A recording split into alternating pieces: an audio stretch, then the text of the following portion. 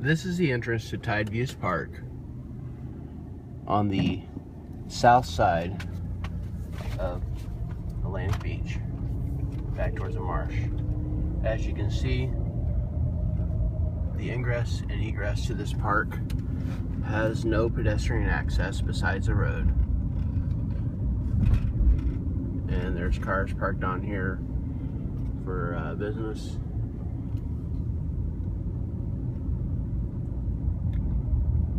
And this is where the new growing place will be, little farm. Anyway, so might look at building a sidewalk up here to Main Street, because the road is not wide enough for a pedestrian path. Right over there is Memorial Park. As you can see, when you go on Main Street here, you have a very wide road. We're past the time when everybody's gone to work, so it is kind of quiet here on Main Street. What I'd like to point out, though, is the number of sidewalks that tie into Main Street.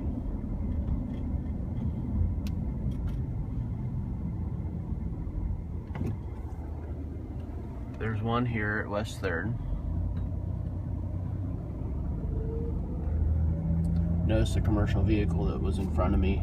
There's a lot of commercial traffic in this area due to the commercial buildings.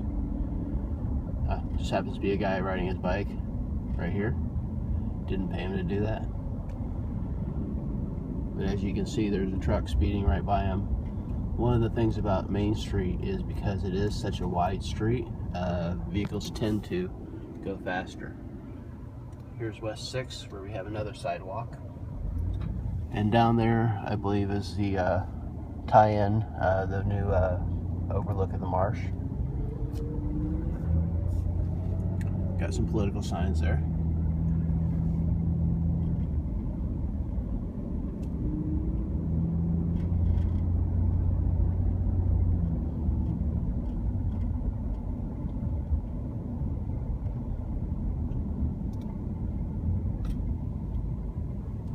This is on West 9th. As you can see, there's a sidewalk that we had just built in the last couple years. This is one of the most dangerous stretches of Main Street because it is such a long thoroughfare.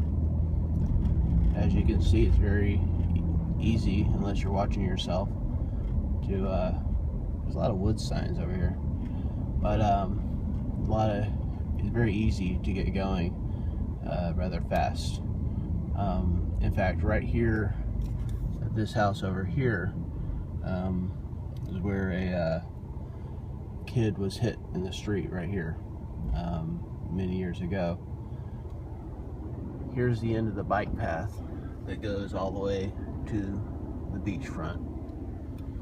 As you can see, this bike path that goes through the neighborhood and out to the bike path on Plaza empties dead ends on a street with nowhere for the bikes to go.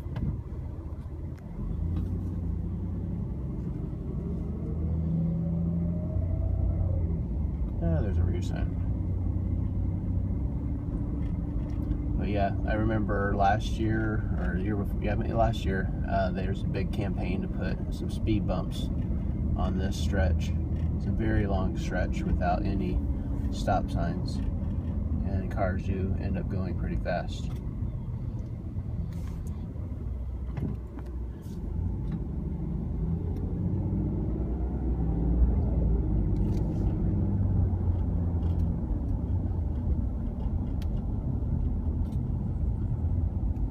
And then right here at Levy is where we actually have a sidewalk.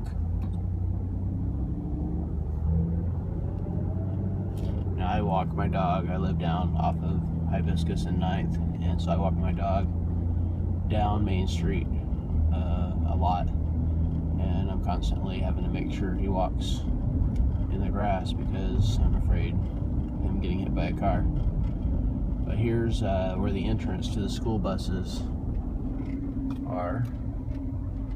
It's over here, this green fence right here, where all the school buses are back there. And this is our commercial area here to the left.